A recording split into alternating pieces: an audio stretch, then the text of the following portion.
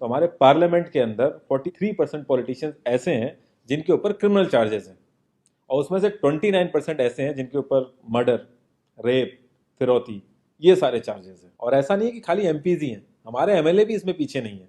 अगर मैं 2015 दिल्ली इलेक्शन की बात करूं तो उसमें 70 में से 43 नेता ऐसे जीत के आए थे जिनके ऊपर क्रिमिनल चार्जेस थे। और अगर करंट की बात करें तो 37 एमएलए ऐसे हैं जिनके ऊपर क्रिमिनल चार्जेस हैं। और ये ऐसा नहीं है कि किसी ने आरोप लगा दिया या एफआईआर है, ये वो चार्जेस हैं जो सुप्रीम कोर्ट के अंदर फ्रेम हो चुके हैं। मतलब पुलिस गई है वहां पे, उसको एविडेंस कंफर्म हुए हैं, आई विटनेसेस मिले हैं, ये वो चार्जेस हैं।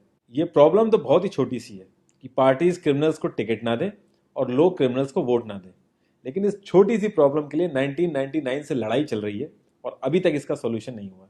1999 में एसोसिएशन फॉर डेमोक्रेटिक रिफॉर्म, जिसे एडीआर नाम से ज्यादा जानते हैं लोग, इन्होंने जो भी क्रिमिनल्स हैं पॉलिटिक्स में, इनके लिए एक पीआईएल डाली दिल्ली हाई कोर्ट में, और दिल्ली हाई कोर्ट ने उसको एक्सेप्ट भी कर लिया। जब दिल्ली हाई कोर्ट ने ये पीआईएल एक्सेप्ट की थी तो ये चीज़ वहीं ख़त्म हो गई थी। ये जो नेता जिन्हें हम जिता के लाते हैं ना, ये सब लोगों ने मिल के उस पीआईएल के अगेंस्ट में सुप्रीम कोर्ट में अपील कर दी। जब सुप्रीम कोर्ट से भी इनकी अपील खारिज हो गई तो हमें वो देखने को मिला जो हमने कभी नहीं देखा था, ये सारी पार्टियां एक हो गई।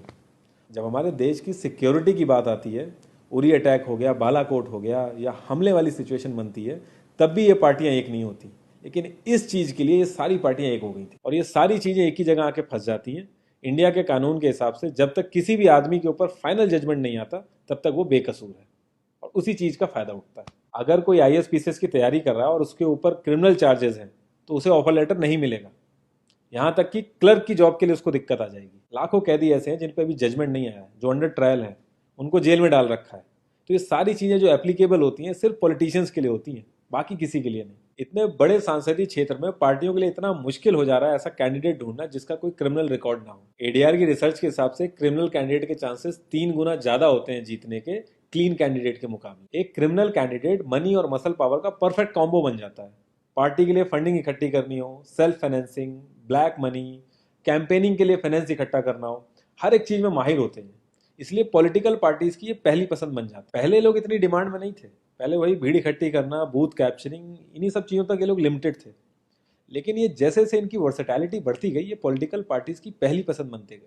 यार पार्टीज की मजबूरी तो समझ में आती है, लेकिन कास्ट और सिस्टम फेलियर की वजह से लोगों की भी मजबूरी बन जाती है इनको वोट देना। आज की डेट में यार एफआईआर करने के लिए भी आपको जुगाड़ की जरूरत होती है, लेकिन वहीं अगर आप अपनी कास्ट वाले नेता के पास जाओगे तो आपका काम हो जाएगा, थोड़ा बहुत आपका हिसाब किताब देखेगा, आपका काम कर देगा वो। तो ये जो सिस्टम कमजोर है, ये मजबूर करता है लोगों को इन लोगों को वोट देने के लिए, और ये लोग पूरा ध्यान रखते हैं कि ये सिस्टम कभी स्ट्रांग ना हो। अगर तुम क्लोजली ऑब्जर्व करो तो हर नेता यही तो समझाने की कोशिश कर रहा है कि सिस्टम सारा खराब है, सिस्टम में ये कमियां हैं, और मैं तुम्हें इस सिस्टम से बचा लूंगा। और गरीबों के हक के लिए लड़ते लड़ते लड़ते वो खुद अमीर हो जाता है। यार जीतने का एक सुपर हिट फॉर्मूला है, एक एरिया डिसाइड करो, उस एरिया की कास्ट कैलकुलेशन कर लो, जो कास्ट मेजोरिटी में है उसका रॉबिन हुड टाइप या एक बाहुबली टाइप एक नेता खड़ा कर दो। जो सिस्टम काम नहीं कर पा रहा है वो काम तुम करने लगो, लोग तुम्हें वोट देने लगेंगे। इन केस अगर कोई ज़्यादा होशियार बन रहा है या लोगों में ज़्यादा समझ आ गई है तो एक छोटा सा दंगा करा दो, लोगों की मजबूरी बन जाएगा तुम्हें वोट करना। Centre for media studies CMS, इसके हिसाब से लास्ट लोकसभा जो 2019 का था उसमें 50,000 करोड़ से भी ज़्यादा पैसा इन्वॉल्व था। पूरे वर्ल्ड में इंडिया सबसे ज़्यादा पैसा खर्च करता है इलेक्शन में, यूएसए से भी ज़्यादा। तो यार तुम्हें क्या लगता है, इतना पैसा खर्च करके कोई जब आएगा तो वो रिटर्न ऑफ इन्वेस्टमेंट नहीं देखेगा? ऐसे ये सारी पार्टीज आपस में कितना लड़ती रहती हैं, कितने वैचारिक मतभेद हैं इनके आपस में, लेकिन जब भी ट्रांसपेरेंसी इन पार्टी फंडिंग की बात आती है ये सब लोग एक जैसा राग अलापते हैं। ये लोग कभी भी पार्टी फंडिंग में ट्रांसपेरेंसी आने ही नहीं देंगे। एक बार जब ये लोग पावर में आते हैं ना तो पूरा का पूरा सिस्टम इनके हिसाब से चलता है, और जो पुलिस वाले इनके हिसाब से नहीं चलते ना उनका ट्रांसफर हो जाता है। 144 पुलिस ऑफिसर्स 1 लाख लोगों की सिक्योरिटी देख रहे हैं, और जब हमारे नेताओं की बात आती है तो 47,000 पुलिस वाले 14,842 नेताओं को सिक्योरिटी दे रहे हैं। अब बाहुबलियों को क्या जरूरत है सिक्योरिटी की? कभी किसी क्रिमिनल को देखा है जिसके आगे पीछे आईएएस पीसीएस पुलिस वाले जी हजूरी कर रहे होते हैं? बहुत ही वर्स्ट सीन होता है वो। हर साल रिपोर्ट्स आती हैं कि 75% से भी ज्यादा लोगों को पुलिस पे भरोसा ही नहीं है। इंडिया एक लौती ऐसी जगह है जहां पे पुलिस को देख के इंसान सेफ फील करने की बजाय डरता है। एक 15 साल के बच्चे तक को पता है कि आईपीएल में सट्टा लगाने के लिए किसके पास जाना है, लेकिन हमारी पुलिस को नहीं पता।